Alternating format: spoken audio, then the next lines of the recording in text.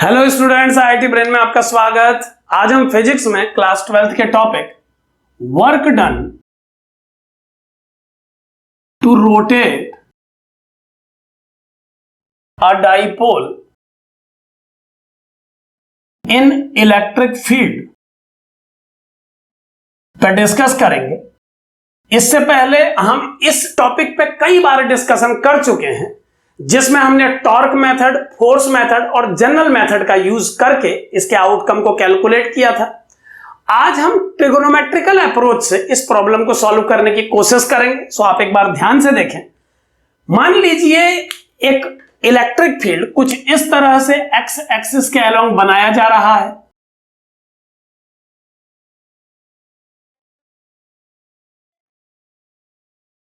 और एक डाइपोल को इस इलेक्ट्रिक फील्ड की डायरेक्शन से θ1 एंगल बनाते हुए कुछ इस तरह से ओरिएंट किया गया है। इस डाइपोल के प्लस क्यू चार्ज और माइनस क्यू चार्ज को इसके दो कॉर्नर्स पे दिखाया जा चुका है। इस डाइपोल की लेंथ को 2l कंसीडर किया जा रहा है और इसके सेंटर पॉइंट को O लिखा गया है। इस पोजीशन से इस डाइपोल को रोटेट करा के इस दूसरी पोजीशन तक ले जाया जाना है और हमें इस प्रोसेस में वर्क डन की वैल्यू को कैलकुलेट करना है। सो किस तरह से हम वर्क को कैलकुलेट करेंगे, एक बार आप ध्यान से देखें। पहले ओरिएंटेशन में डाइपोल एक्स एक्सिस के साथ θ1 एंगल बना रहा है और दूसरे ओरिएंटेशन में हम इसे θ2 मान रहे हैं। सो इस अपर एंगल को θ2 माइनस θ1 कंसिडर किया जा सकता है। डिस्प्लेसमेंट वेक्टर के रूप में हम इन दोनों पॉइंट की पोजीशंस को ज्वाइन करा रहे हैं। इसके मैग्नीट्यूड को x कंसिडर किया जा रहा है।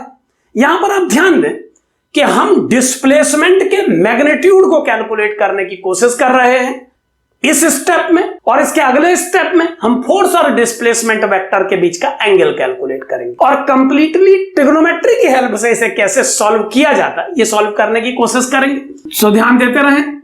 O से लेकर प्लस क्यू चार्ज की इन दोनों पोजीशंस तक का डिस्टेंस L होना चाहिए। आप देख पा रहे हैं कि डाइपोल का लेंथ 2l कंसीडर किया गया है।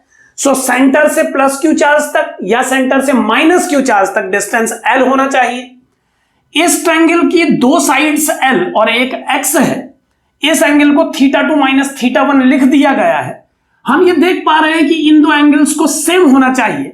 सो किसी एक एंगल की वैल्यू को लिखा जा सकता है पाई माइनस θ2 माइनस θ1 अपॉन 2, और एंगल की इस वैल्यू के बेस पे अगर साइन फॉर्मूला अप्लाई किया जाए तो x का वैल्यू क्या मिलेगा, एक बार आप ध्यान से देखें। ये होगा x upon sine θ2 minus θ1 equal to L upon sine pi minus θ2 minus θ1 upon 2।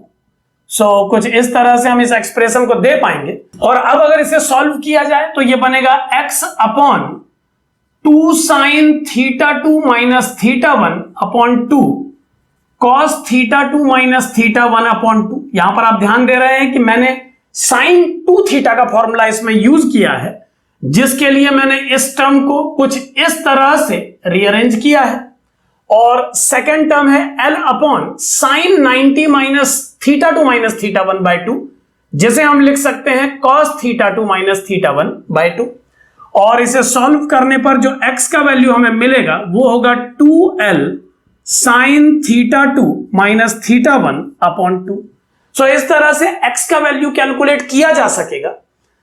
Force के वैल्यू के लिए हम जानते हैं कि चार्ज के मैग्नीट्यूड Q को E से मल्टीप्लाई किया जा सकता है। सो फोर्स का वैल्यू QE मैग्नीट्यूड का होना चाहिए। एक फाइनल स्टेप में अब हमें इस फोर्स और डिस्प्लेसमेंट वेक्टर के बीच का एंगल कैलकुलेट करना होगा। तो आप ध्यान से देखते रहें कि अगर मैं इस लाइन को एक्सटेंड करूं तो इस एंगल के θ1 होने के कारण इसे θ1 होना चाहिए। इस कंप्लीट एंगल को हम पहले ही कैलकुलेट कर चुके हैं। सो इस एंगल की वैल्यू में से θ1 को कम करने पर हमें यह अपर एंगल मिल जाना चाहिए।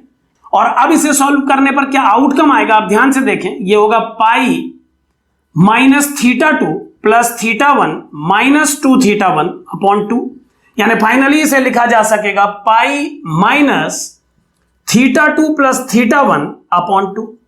कुछ इस तरह से इस एंगल को दिया जा सकेगा और पाई से माइनस करके जो एंगल डिस्प्लेसमेंट वेक्टर और फोर्स वेक्टर के बीच में बन रहा है उसे हम लिख पाएंगे pi minus theta 2 plus theta 1 upon 2। अब अगर मैं इसे सॉल्व करूं तो यह हो जाएगा pi upon 2 plus theta 2 plus theta 1 upon 2। यानी इस तरह से इस प्रोसेस में फोर्स और डिस्प्लेसमेंट के बीच के एंगल को दिया जा सकेगा। इस एंगल को, डिस्प्लेसमेंट के मैग्नीट्यूड को और फोर्स के मैग्नीट्यूड को यूज करके वर्क को कैसे लिखा जाएगा, एक बार आप ध्यान दें। मैं ये सभी कैलकुलेशंस यहां से हटा रहा हूं, इन्हें आप समझ चुके हैं। सभी वैल्यूज को यूज करके जो इलेक्ट्रिक फोर्स का वर्क डन इस प्लस क्यू चार्ज पर होगा, हम उसे लिखेंगे F डॉट डी, और आप जानते हैं कि फॉर्मूला अप्लाई करने पर यह बन जाएगा F mod D mod cos theta. एक बात यहां पर और ध्यान दें कि प्लस चार्ज पर लगने वाले फोर्स का डायरेक्शन एक्स एक्सिस के अलोंग है और डिस्प्लेसमेंट का डायरेक्शन कुछ इस तरह से दिखाया गया है, और माइनस क्यू चार्ज पर लगने वाले फोर्स का डायरेक्शन कुछ इस तरह से, जबकि डिस्प्लेसमेंट इस तरह से। इस केस में जो work done plus Q charge particle के लिए होगा, आप समझ सकते हैं कि वही work done minus Q charge के लिए भी होना चाहिए।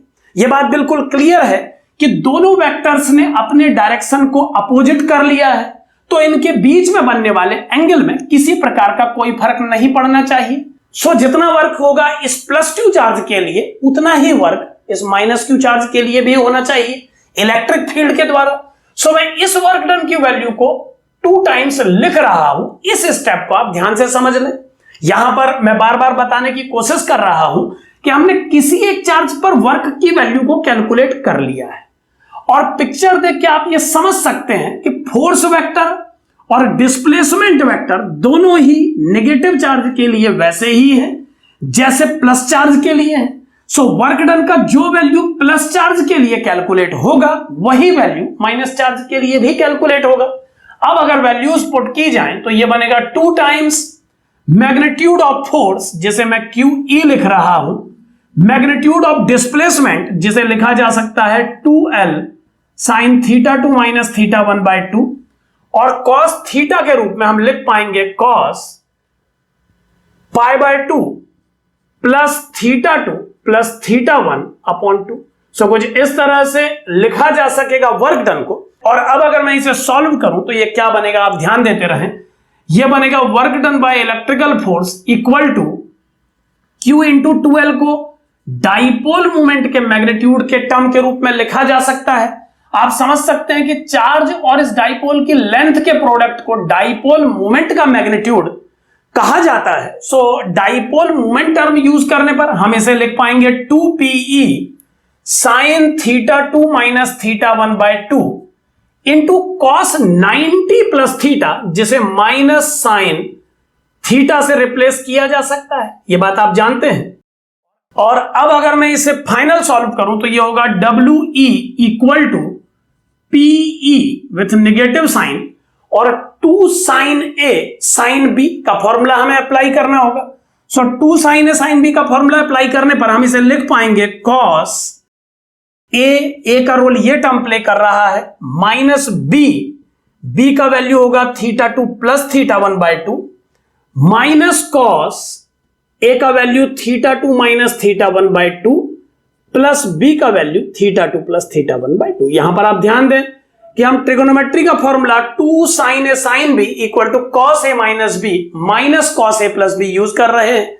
और फाइनली जो आउटकम हमें मिलेगा, एक बार आप उसे देखें, वो होगा work done by electrical force equal to minus PE, और दूसरा टर्म होगा थीटा 2 को कैंसिल करने के बाद कॉस माइनस थीटा 1, और माइनस यहां पर थीटा 1 को कैंसिल करने के बाद कॉस थीटा 2। तो कुछ इस तरह से आप आउटकम को दे पाएंगे इलेक्ट्रिकल फोर्स के द्वारा किए गए वर्क डन के लिए।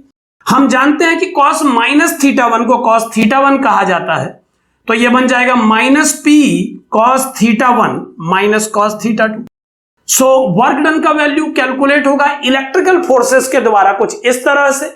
आप देख पा रहे हैं कि यह वैल्यू निगेटिव कैलकुलेट हुई है। आप जानते हैं cos एक डिक्रीजिंग फंक्शन होता है, सो cos θ1 cos θ2 से ग्रेटर वैल्यू देगा।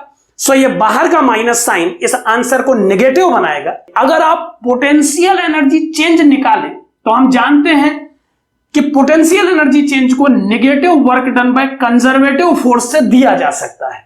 सो WE का वैल्यू अप्लाई करने पर यह बन जाएगा PE cos θ1 माइनस cos θ2, और आप देख पा रहे हैं कि ये एक पॉजिटिव आउटकम है। सो इस ऑपरेशन में पोटेंशियल एनर्जी में जो चेंज आएगा वो एक पॉजिटिव वैल्यू होगी। सो पोटेंशियल एनर्जी का चेंज इस प्रोसेस में पॉजिटिव होगा। इसका सीधा मीनिंग है कि इस प्रोसेस में इस डाइपोल को रोटेट कराने में potential energy of the dipole increase हुआ है। एक बात पर और ध्यान दें, अगर हम वर्क एनर्जी थ्योरम को यूज करें इस प्रॉब्लम में, तो हम जानते हैं कि वर्क एनर्जी थ्योरम के accordingly change in kinetic energy सभी फोर्सेस के द्वारा किए गए वर्क डन के सम के बराबर होनी चाहिए। सो अगर मैं work done by all force को work done by external force plus work done by electrical force के रूप में लिखूं, तो इस डाइपोल के स्लोली मोशन के लिए, यहां पर आप ध्यान दें, स्लो मोशन की बात मैं इसलिए कर रहा हूं क्योंकि हम एक्सटर्नल एजेंट और इलेक्ट्रिक फोर्सेस के वर्क डन को कैलकुलेट कर रहे हैं। इस प्रोसेस में हम इस डाइपोल को किसी प्रकार का वेलोसिटी चेंज या एक्सेलरेशन देने की कोशिश नहीं कर रहे हैं। सो हम ये मान के चल रहे हैं कि इस डाइपोल को स्लोली चलाया जा रहा है, जिससे इसकी काइनेटिक एनर्जी में किसी प्रकार का कोई चेंज नहीं आ रहा है। सो काइनेटिक एनर्जी चेंज को 0 अप्लाई करने पर आप लिख पाएंगे 0 equal to W external plus WE, और W एक्सटर्नल का वैल्यू फाइनली आ जाएगा माइनस WE, और चूंकि हम जानते हैं कि माइनस WE ही डेल्टा U है, तो डेल्टा U का वैल्यू ही मैं अप्लाई कर रहा हूं इस आउटकम में। यह होगा PE cos θ1 माइनस cos θ2। तो आप देख पा रहे हैं कि एक्सटर्नल एजेंट के वर्क डन को जब कैलकुलेट किया गया तो ये पॉजिटिव आया है। सो एक्सटर्नल एजेंट का वर्क डन पॉजिटिव आके ये इंफॉर्मेशन दे रहा है कि इस प्रोसेस में एक्सटर्नल एजेंट को वर्क करना पड़ा है, और आप समझ सकते हैं कि एक्सटर्नल एजेंट को वर्क करना पड़ा होगा, और यही वो कारण है जिसकी वजह से पोटेंशियल एनर्जी में एक एनहांसमेंट आया है। तो पोटेंशियल एनर्जी का बढ़ना, एक्सटर्नल एजेंट का पॉजिटिव वर्क करना और इलेक्ट्रिकल फोर्सेस का नेगेटिव वर्क करना, ये सभी बातें आपस में कनेक्टेड है। सो इस तरह से आप ट्रिगोनोमेट्रिकल एस्पेक्ट से भी इस प्रॉब्लम को सॉल्व कर पाएंगे। इस मेथड में हमने आई वेक्टर और जे वेक्टर में ब्रेक करके इस प्रॉब्लम को सॉल्व नहीं किया है, हमने ट्रिगोनोमेट्री के फॉर्मूले यूज करके इसे सॉल्व करने की कोशिश की है। सो मैथमेटिकली भी अगर कोई बच्चा माइंड मेकअप करता है तो वो कदम पीछे ना हटाए, इस मेथड से भी वो आंसर तक पहुंचेगा। Thank you.